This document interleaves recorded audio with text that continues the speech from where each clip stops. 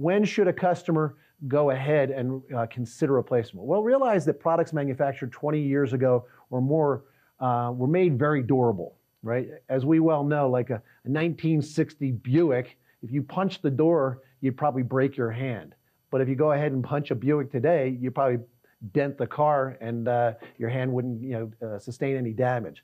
And so machines years ago were built in a very durable fashion, because also the components that build those machines were also very abundant and expensive. Today, the natural resources are actually getting more scarce and the cost is going up significantly.